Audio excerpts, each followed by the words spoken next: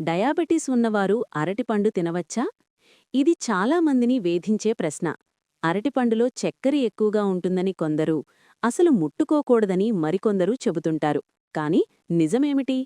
Sugar ఉన్నవారు అరటిపండును సురక్షితంగా ఎలా తీసుకోవాలో ఈ కంప్లీట్ గైడ్లో తెలుసుకుందాం. మొదటగా, అరటిపండులో ఉండే పోషకాలను గమనిస్తే ఇందులో పొటాషియం, విటమిన్ బి6, ఫైబర్ మరియు యాంటీఆక్సిడెంట్స్ పుష్కలంగా ఉంటాయి.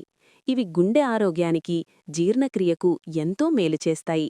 అయితే ఒక మధ్యస్థ అరటిపండులో సుమారు 15 గ్రాముల చక్కెర, 27 గ్రాముల కార్బోహైడ్రేట్స్ ఉంటాయి. ఇవే డయాబెటీస్ ఉన్నవారిని భయపెట్టే అంశాలు. కానీ ఇక్కడ మనం గమనించాల్సింది అరటిపండు యొక్క గ్లైసిమిక్ ఇండెక్స్, జీఐ. దీని జీఐ స్కోరు సుమారు 51. అంటే ఇది లో టు మీడియం కేటగిరీలోకి వస్తుంది.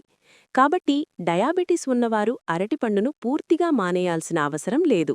అయితే కొన్ని నియమాలు పాటించాలి. అరటిపండు పక్వానికి వచ్చే కొద్దీ అందులోని స్టార్చ్ చక్కెరగా మారుతుంది. అందుకే బాగా పండిన పైన నల్లటి మచ్చలు ఉన్న అరటిపండులో షుగర్ లెవెల్స్ ఎక్కువగా ఉంటాయి. డయాబెటీస్ ఉన్నవారు కాస్త పచ్చిగా ఉన్న, అంటే పసుపు రంగులోకి ఇప్పుడే మారుతున్న అరటిపండును ఎంచుకోవడం మంచిది. వీటిలో రెసిస్టెంట్ స్టార్చ్ ఎక్కువగా ఉండటం వల్ల రక్తంలో గ్లూకోజ్ కలిసే వేగం తగ్గుతుంది. రెండవ చిట్కా, అరటిపండును ఒంటలిగా తినకండి.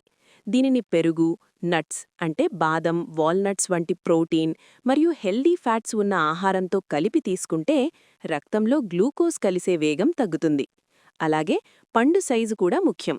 చిన్న సైజు అరటిపండుని ఎంచుకోవడం వల్ల కార్బోహైడ్రేట్స్ తక్కువగా అందుతాయి. ఒక ముఖ్యమైన విషయం, అరటిపండును పండుగా తినడమే మంచిది, జ్యూస్ రూపంలో వద్దు. జ్యూస్ చేసినప్పుడు అందులోని ఫైబర్ దెబ్బతిని షుగర్ చాలా వేగంగా రక్తంలో కలుస్తుంది. చివరగా, ప్రతి మనిషి శరీరం ఆహారానికి ఒకేలా స్పందించదు. మీరు అరటిపండు తిన్న తర్వాత మీ షుగర్ లెవెల్స్ ఎలా మారుతున్నాయో ఒకసారి గ్లూకోమీటర్ ద్వారా చెక్ చేసుకోవడం ఉత్తమం.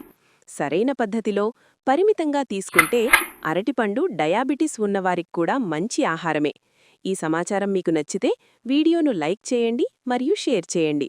మరిన్ని హెల్త్ అప్డేట్స్ కోసం మా ఛానల్ని సబ్స్క్రైబ్ చేసుకోండి. ధన్యవాదాలు.